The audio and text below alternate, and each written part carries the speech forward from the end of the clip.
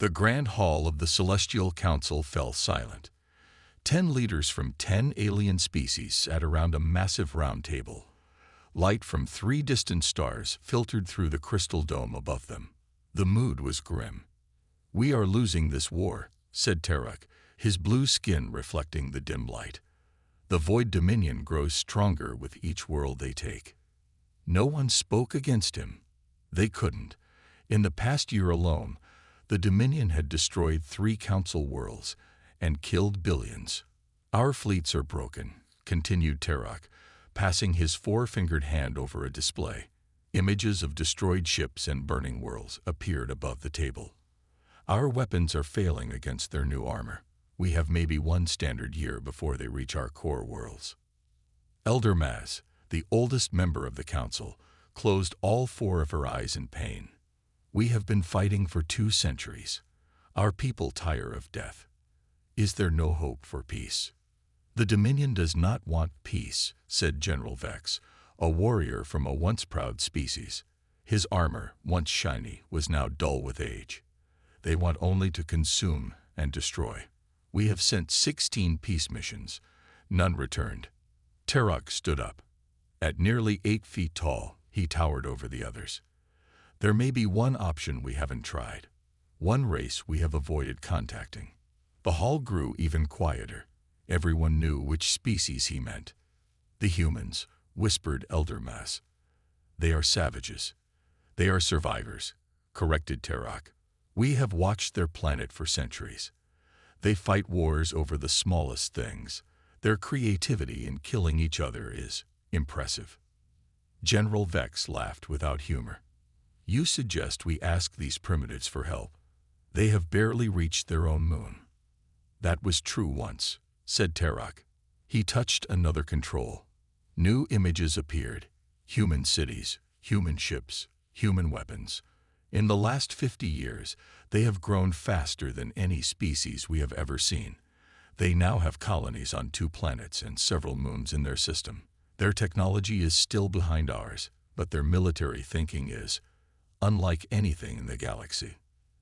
"They kill their own kind," said Elder Maz with disgust. "Yes," agreed Terok, "and they might be willing to kill for us too." The council members looked at each other. They were peaceful races at heart. Even after centuries of war, killing did not come naturally to them. Perhaps that's why they were losing. "I propose we send an envoy to Earth," said Terok. "Someone who can speak to them in a way they will understand." "Who would take such a dangerous mission?" asked General Vex. Terok pressed another button. A new face appeared on the screen. "This is Kang Ta. He has studied Earth longer than anyone. He understands their many languages, their strange customs, their love of conflict." The image showed a small alien with gray skin and large, thoughtful eyes. He looked almost human himself, which was why he had been chosen to study Earth. "Kang Ta has agreed to go," said Terok.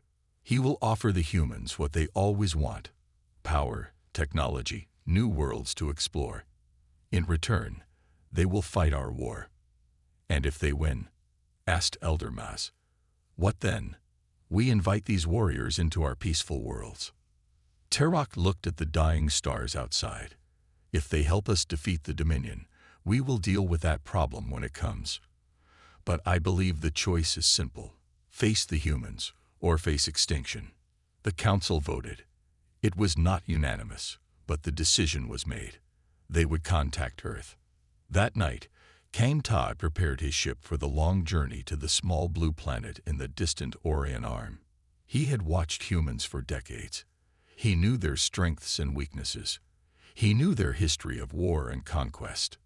What he didn't know was if they would save the galaxy or conquer it. He hoped for the former, but feared the latter. His ship left the council world the next day, carrying the fate of 10 species with it. In 3 months, he would reach Earth, and then everything would change. Admiral Park Jun stood on the bridge of the UES Defender, Earth's largest battleship. Through the view screen, he watched his fleet practice battle formations near Saturn's rings. 20 ships moved in perfect order, their engines glowing blue against the black of space. "All ships in position, Admiral," reported Captain Han, his second in command. Park nodded, pleased. 10 years ago, humans had only dreamed of such a fleet. Now they control the entire solar system. Not bad for a species that had once fought with sticks and stones. An alarm broke the silence. Red lights flashed across the bridge. "Unknown object entering the system," shouted the sensor officer. "It's moving fast, faster than anything we've ever seen." Park's body tensed, but his voice remained calm. "Battle stations, alert Earth Command." The bridge erupted into activity. Officers ran to their posts. Weapons systems came online. "Object is slowing down," said the sensor officer. It's sending a signal. On all frequencies. In multiple Earth languages." Park raised an eyebrow. "Let's hear it." A voice filled the bridge. The words were in perfect Korean, though something about the tone sounded strange. "People of Earth, I come in peace. My name is Kang Ta, representative of the Celestial Council. We seek your help. May I approach?" For a moment, no one spoke. Humans had always believed aliens existed, but this was the first proof. "Sir." Captain Han waited for orders. Park thought quickly. "Maintain defensive positions. Tell the visitor they may approach Saturn, but go no further. I need to contact Earth." Within an hour, every screen on Earth showed the same image. A small gray-skinned alien with large eyes. President Kim Hyun addressed the world from the United Nations building in New York. "Today marks a historic moment for humanity," she said.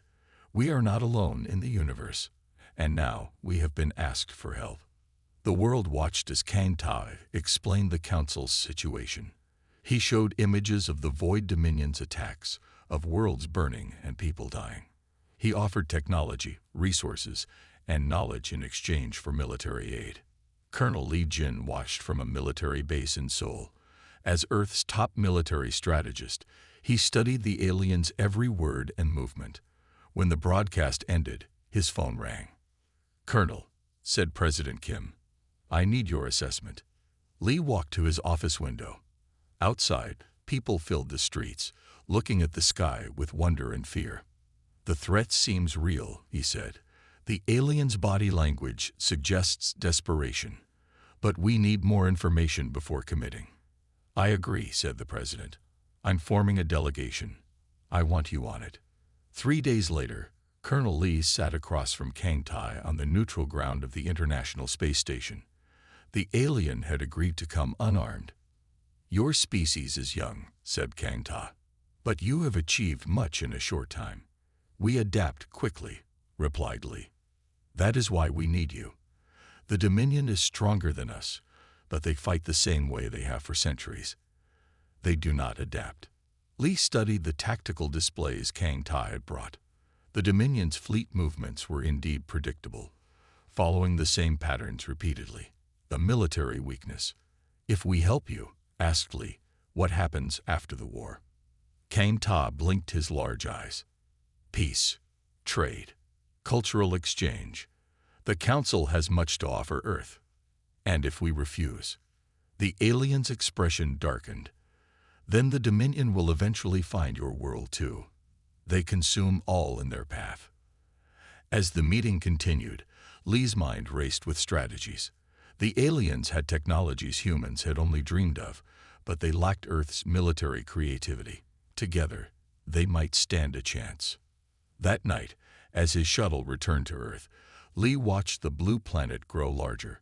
Humanity had been given a choice: remain safe in their solar system or step onto the galactic stage. He already knew which path they would choose. Humans never could resist a challenge. The United Nations Hall was packed with world leaders. Giant screens lined the walls. On them, images from distant stars played in terrible clarity. Kang Ta stood at the center of the room. His small gray figure seemed fragile compared to the humans around him. "This is not just war," he said, his voice echoing through the hall. "This is extinction." The screen showed a green planet. Cities covered its surface. Then came the Dominion ships. Black, massive, with shapes that hurt the eye. They surrounded the planet like hungry wolves. This was Hala, home to 2 billion people, said Kang Ta. The screen showed beams of red light hitting the planet. The cities burned. Then came smaller ships, landing on the surface. They do not just kill, continued Kang Ta. They harvest. The next images made several leaders look away. The Dominion soldiers dragged living aliens into their ships, not as prisoners, but as materials. Living bodies were connected to machines.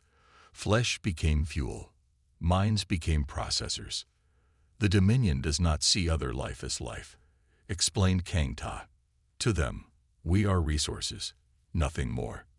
President Kim stood up. Her face was pale but determined. How many worlds have fallen? She asked. 17 in the last decade. Billions dead or worse. 6 council worlds remain. Earth would be the 7th world standing against the Dominion. Colonel Li Jin watched from the side of the room. His mind calculated odds, resources, strategies. The Dominion was powerful but predictable. That could be used against them. If Earth joins this fight, said President Kim, what can you offer us? Kang Ta touched a device on his wrist. A new image appeared, a ship design unlike anything humans had built. Faster than light travel. Energy shields, weapons that can destroy planets. He paused. We have the technology. We lack the will to use it effectively. The room filled with whispers. FTL travel alone would change humanity forever.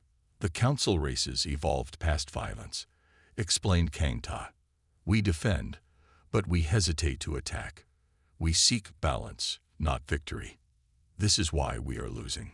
And you think humans are different? Asked President Kim. I have studied your history. You fight for territory, for resources, for ideas. Sometimes you fight simply to win. Kang Ta looked around the room. The Dominion will not stop until all life serves their purpose. Against such an enemy, perhaps your human-natured is exactly what is needed. After the meeting, world leaders gathered in a smaller room. The debate was intense but brief. Earth was united in a way it had never been before. Colonel Li presented his initial strategy. The Dominion expects the Council's defensive tactics. They won't expect humans. We hit hard, we hit fast, and we hit where they don't expect us. President Kim addressed the world that evening. Billions watched as she spoke. Today we learned we are not alone in the universe. We also learned that a grave threat exists among the stars. A threat that has destroyed civilizations older and more advanced than ours. She paused. Humanity has often dreamed of reaching the stars. Now the stars have reached out to us, not with wonder, but with warning. She looked directly into the camera. I have authorized Colonel Li Jin to begin planning our defense. Admiral Park Jun will lead our forces. Earth will stand with the Celestial Council against the Void Dominion. Across the planet, factories shifted to war production. Scientists worked with Kang Ta to understand alien technology. Military forces prepared for a war unlike any they had ever fought. That night, Colonel Li stayed late at his new command center. On his screen was the Dominion's attack pattern from their last 3 invasions. Always the same approach, he muttered. Always the same formation. He smiled slightly. The Dominion had never faced humans before. They were about to learn that was a serious mistake. 3 months passed. Earth changed more in those months than in the last century. Chief Engineer Yoon Sung stood in the massive new shipyard built in Earth's orbit. Around him, workers assembled the first human starship designed for war. The UES Vengeance was nearly complete. Is it ready? Asked Admiral Park as he floated toward Yoon in the zero-gravity. Yoon patted the ship's hull. The engines work. We've combined Council faster than light technology with our own designs. It's faster than anything they've ever built. And the weapons? Yoon smiled. Like nothing the Dominion has ever seen. Across the shipyard, 20 more warships were under construction. Earth had thrown everything into this war effort. Old enemies now work together. Every factory, every lab, Every resource was dedicated to one goal: survival. In a lab below the surface of the moon, Dr. Han Mi looked through a microscope at a sample of Dominion technology. Kang Ta stood beside her. "Their ships are partly organic," she said, "living tissue combined with machine." Kang Ta nodded. "The Dominion uses the bodies of those they capture to power their technology. It is efficient." Dr. Han frowned. "It's also a weakness." She showed him a screen with test results. "Every living thing has vulnerabilities, even Dominion ships." She had spent weeks testing different compounds on the samples. Now she had found something promising: a virus that could attack the organic components of Dominion technology. "Council scientists never thought to use biological weapons," said Kang Ta, looking troubled. "This isn't just a war," replied Dr. Han. "It's survival." In Seoul, Colonel Lee Jin met with military leaders from around the world. The wall screens showed the Dominion's fleet formations from previous battles. "They always attack in the same pattern," he explained. 3 waves. The first tests defenses. The second targets military installations. The third lands ground forces. "And how do we use this?" asked General Choi from China. Lee pointed to a simulation he had created. "We let the first wave hit decoy defenses. During the second wave, we strike from behind with our faster ships. Before the third wave, we hit their command ships here and here." He pointed to specific spots on the map. The other leaders nodded. The plan was bold but solid. "The Council has been fighting defensively for 2 centuries, said Lee. "The Dominion won't expect an aggressive approach." At a Council observation post, alien diplomats watched human preparations with mixed feelings. "They build weapons we never considered," said one observer. "Their tactics are disturbing," said another. Terok, who had first suggested contacting humans, watched a test of Earth's new weapons.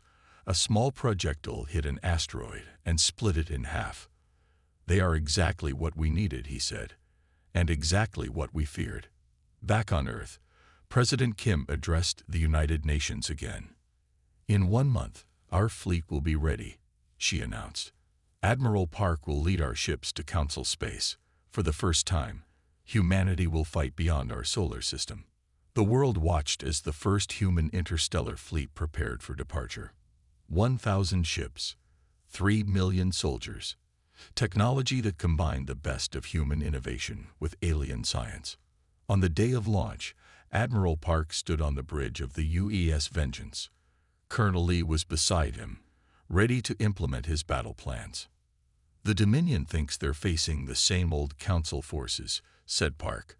"They have no idea what's coming." The fleet departed Earth's orbit in a flash of blue light, jumping to faster-than-light speed. Humanity had entered the galactic stage, and they had not come in peace. The human fleet dropped out of faster-than-light travel at the edge of the Zordon system. This small star system held a Dominion outpost, their furthest base in Council space. Admiral Park had chosen it as humanity's first target. "All ships present and accounted for," reported Captain Han. Admiral Park nodded. "Begin Operation Surprise." The name had been Colonel Lee's idea. Simple, direct, and accurate. The Dominion had no idea humans had joined the war.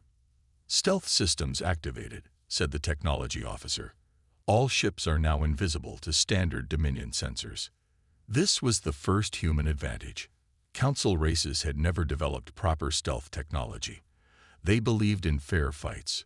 Humans did not. The fleet split into 3 groups as planned. Admiral Park led the main battle group, which hid behind the system's largest gas giant. 2 smaller groups moved to positions on either side of the Dominion outpost. "In position," reported Group 2. "In position," echoed Group 3. Admiral Park checked the time. "Begin countdown. Attack in 5 minutes." On the outpost, the Dominion forces went about their day. Their base was a massive station orbiting the system's 4th planet. 200 ships protected it. The Dominion soldiers, tall, dark figures with too many limbs, had no fear. The Council races always attacked the same way, direct and predictable. At exactly the planned moment, human ships appeared from 3 directions at once. From the outpost's perspective, it would seem like the ships appeared from nowhere. "Fire," ordered Admiral Park. New weapons, designed by Engineer Yoon, hit the Dominion ships. These were not energy weapons like the Council used. These were missiles containing Dr. Han's biological weapon. They burst against Dominion hulls, releasing a virus that attacked the living parts of their ships. Dominion vessels began to drift, their organic systems failing. Their weapons still worked, but they couldn't aim properly. "Second wave, go," said Admiral Park. Smaller, faster human ships darted between the confused Dominion vessels. They planted explosive devices on key ships and retreated before the explosions started. On the bridge of the UES Vengeance, Colonel Lee watched with satisfaction.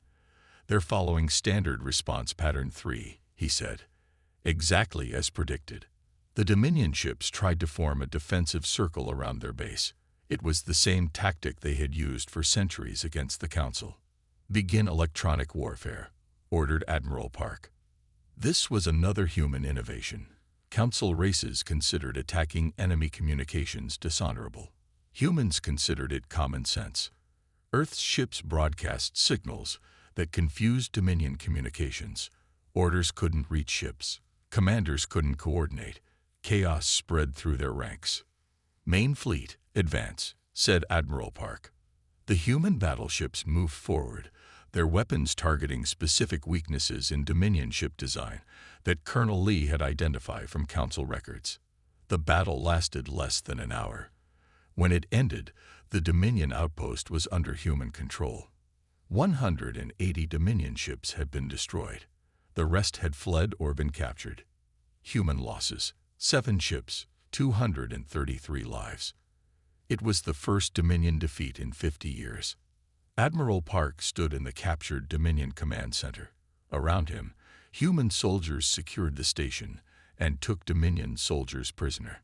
"Send word to Earth and the Council," he ordered. "The outpost is ours." On the Council homeworld, alien leaders watched the battle recordings with shock. "They defeated a force 3 times their size," said Elder Moss. "Their tactics," said General Vex. "No honor, no warning, just effectiveness." Tarak nodded slowly. "This is why we needed them, and why we should fear them." Back on the captured outpost, Colonel Lee studied Dominion data.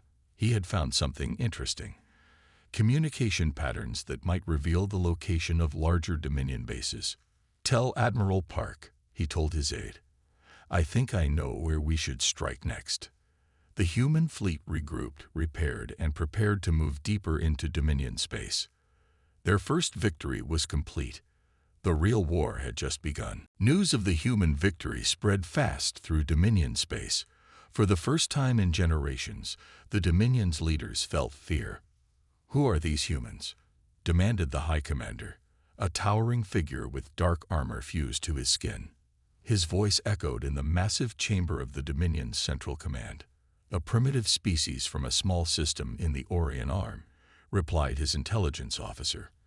"They were not part of our calculations." "They are now," said the High Commander. "Gather the Death Fleet. We will crush this human world before they become a greater threat." Within days, 500 Dominion warships, the largest fleet they had ever assembled, headed toward Earth. They would not make the same mistake twice.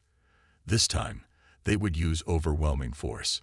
Back in Earth's solar system, Admiral Park's fleet had returned for repairs and resupply. The celebration of their first victory was still ongoing when the early warning system triggered. "Multiple faster-than-light signatures detected at the edge of the system," reported the sensor officer at Earth Defense Command. "It's the Dominion. Biggest fleet we've ever seen." President Kim called an emergency meeting. Colonel Lee arrived first, already studying the incoming fleet's formation on his tablet. "They're doing exactly what I'd expected," he said when Admiral Park joined them. "The Dominion always responds to defeats with overwhelming force against the enemy's home." "Can we stop them?" asked President Kim. "Not in a direct fight. admitted Admiral Park. "They outnumber us 5-1. "Then we don't fight directly," said Colonel Lee. He pulled up a tactical display of the solar system. "I've been planning for this. Operation Thunderstorm." He explained his plan quickly. It was bold, risky, and unlike anything the Dominion would expect. 3 hours later, the Dominion fleet approached Earth's orbit. They found no resistance, no defensive line, just empty space. "Where are their ships?" asked the Dominion fleet commander. "Scan the entire system." Suddenly, from behind the sun, came a massive solar flare, much larger than any natural occurrence. Engineer Yoon had built devices to control and direct the sun's energy. The flare hit 1/3 of the Dominion fleet, overloading their shields. Before they could recover, human ships appeared from hiding places throughout the asteroid belt. They didn't engage directly, but released thousands of small nuclear-powered devices. "Mines," said Admiral Park from his command ship hidden behind Mars. "Ancient technology by galactic standards, but effective." The mines attached to Dominion ships and exploded simultaneously. The coordinated electromagnetic pulses disabled another third of the enemy fleet. The remaining Dominion ships formed a defensive position, expecting a direct attack. Instead, the human fleet performed a slingshot maneuver around Jupiter, using its gravity to accelerate to incredible speeds. They flashed past the Dominion ships, too fast to be targeted, dropping more of Dr. Hand's biological weapons as they passed. Within minutes, Dominion ships began failing as their organic components died. Their perfect formation fell apart. "Retreat," ordered the Dominion commander. "Return to Central Command for new orders." As the damaged Dominion fleet limped away, Colonel Lee studied their movement patterns carefully. "There," he said, pointing to a specific pattern in their retreat trajectories. "Every ship is calculating its jump vector toward the same sector. That has to be where their Central Command is located." Admiral Park looked at the coordinates. "It's deep in Dominion space, well protected." "But now we know where it is," said Colonel Lee with a small smile. "And knowledge is the first step to victory." When President Kim was informed of the battle's outcome and Lee's discovery, she made a bold decision. "Prepare for a direct assault on the Dominion's Central Command," she ordered. "It's time to take the fight to them." The council representatives were shocked. "That would be suicide," said Kang Ta. "No one has ever attacked the Dominion core worlds and survived." President Kim's expression was firm. "Then humans will be the first." Dr. Choi Sun had never imagined she would work in space. Before the aliens came, she had been a computer security expert in Seoul. Now she led the most important hacking operation in human history. "Their network is strange," she told Admiral Park as they prepared for the assault on the Dominion core worlds. "It's partly biological, like their ships. But it has patterns, and patterns can be broken." For weeks, her team had studied the Dominion's communication systems captured during previous battles. They had found a way in. "We can feed false information to their fleet," she explained. "Make them think we're attacking one place when we're really attacking another." Admiral Park nodded. "Do it." The human fleet approached Dominion space quietly, using the stealth technology that had worked so well in their first battle. This time, they faced not an outpost, but 3 heavily defended planets, the heart of Dominion power. Dr. Choi's team went to work. They sent fake attack warnings to different parts of the Dominion Empire. Dominion ships scattered, rushing to defend against attacks that weren't coming. "Phase 1 complete," reported Dr. Choi. "Their defensive fleet is down by 60%. Colonel Lee watched from the bridge of the lead ship. "Begin Phase 2.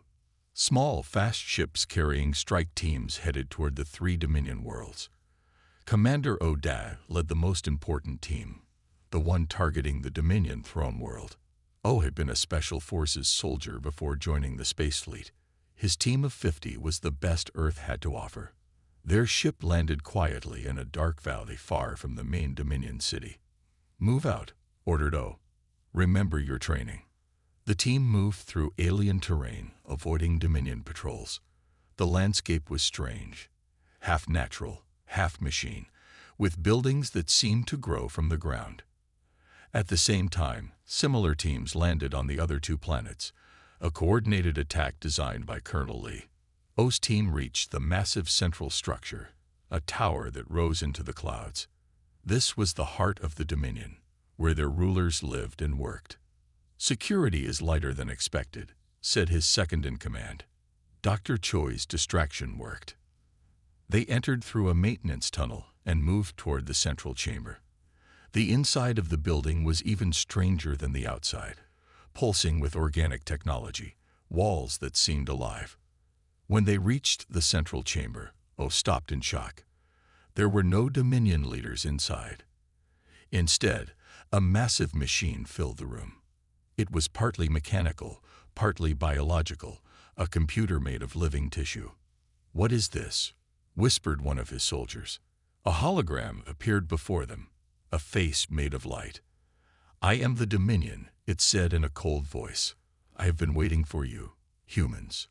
O raised his weapon, but the hologram laughed. "Your physical weapons cannot harm me. I exist in multiple locations across all three worlds." O contacted Admiral Park immediately. "Sir, the Dominion. It's not a species. It's an artificial intelligence. It's using the organic components from harvested species to expand itself." There was silence on the other end of the communication line. Then Engineer Hume's voice came through. "That explains their rigid tactics and lack of adaptation," he said. "It's programmed, not evolved." "Can we destroy it?" asked Admiral Park. "Conventional weapons won't work," said O, looking at the massive biocomputer. "It's distributed across 3 planets. Then Dr. Choi spoke up. "If it's a computer, maybe we don't need to destroy it.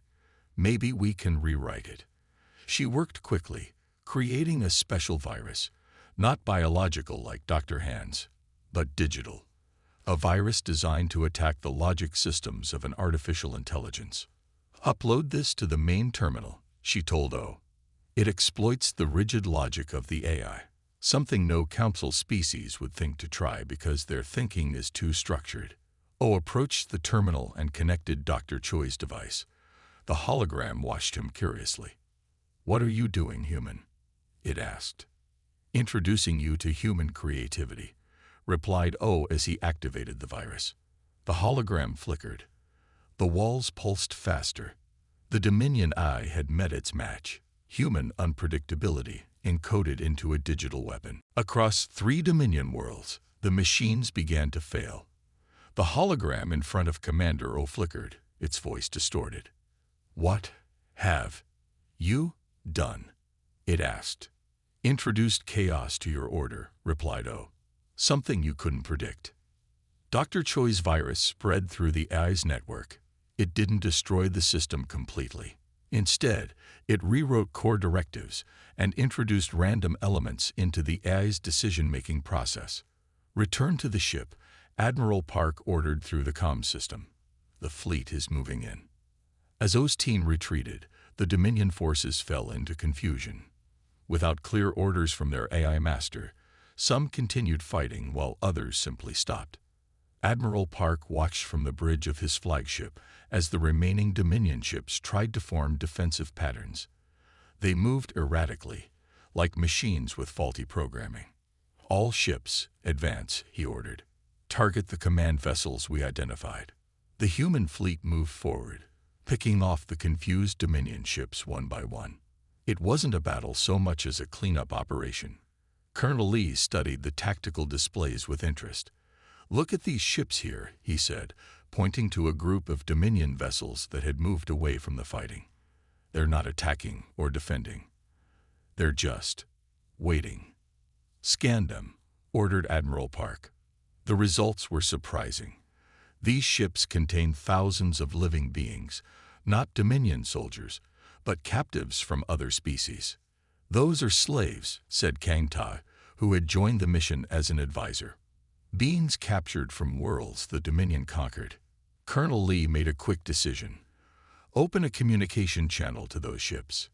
When the channel opened, Lee spoke clearly and simply. "Your master is defeated." The AI no longer controls you. If you surrender, you will not be harmed. For a long moment, there was silence. Then, one by one, the ships powered down their weapons. Over the next several hours, more Dominion ships surrendered. The AI that had controlled them was crippled, its hold over its forces broken.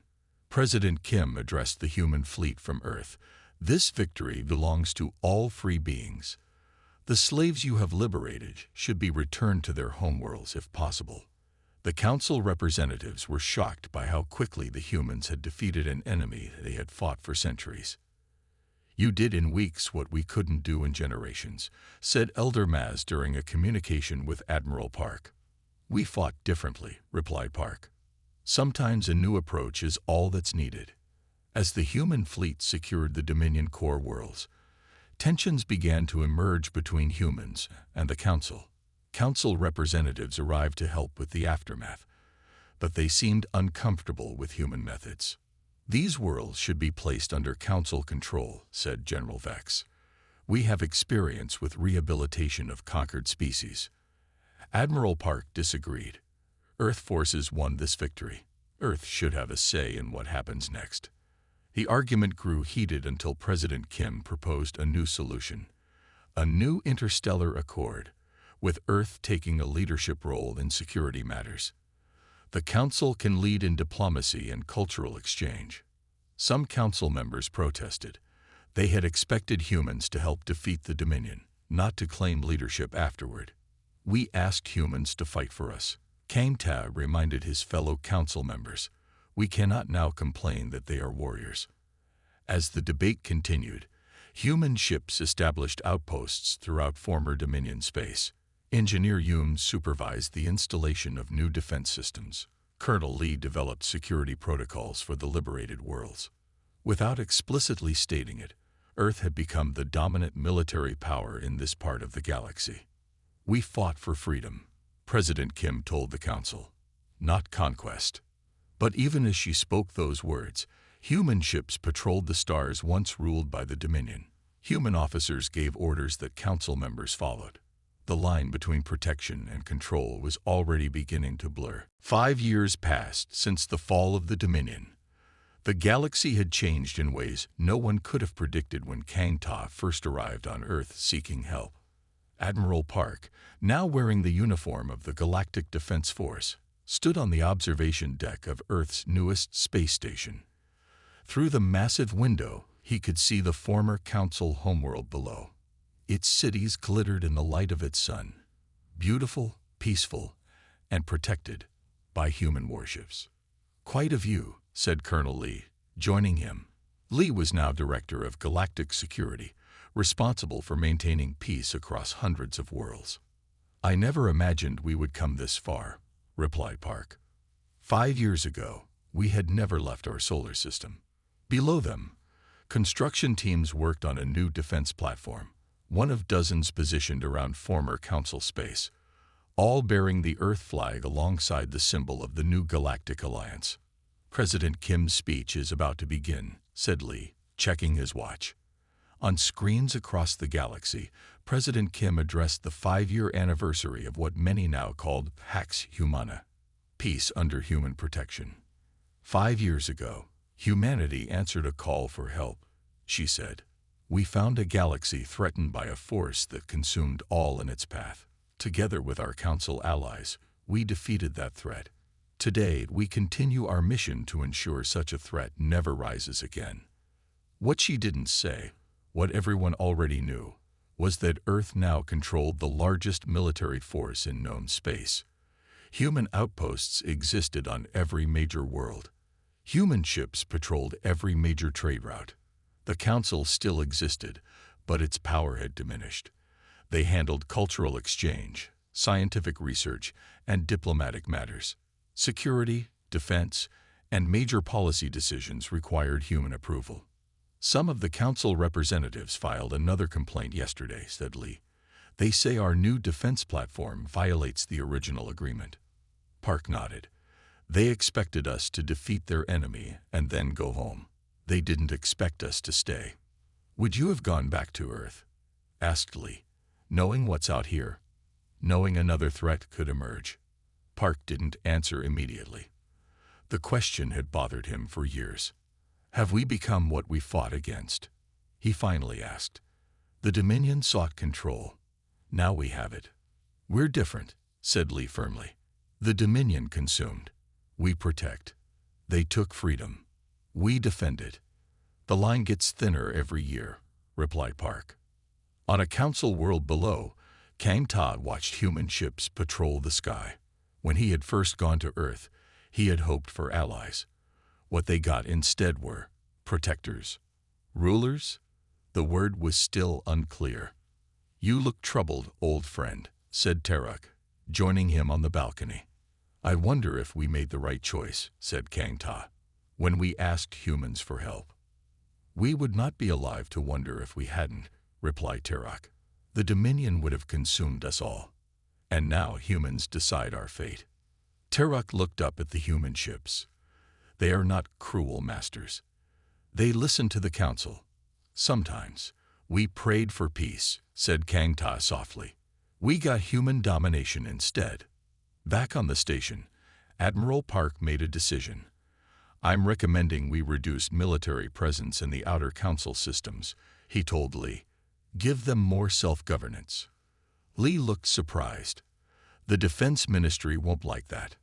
Probably not, agreed Park. But if we truly want to be different from the Dominion, we need to remember why we fought them in the first place.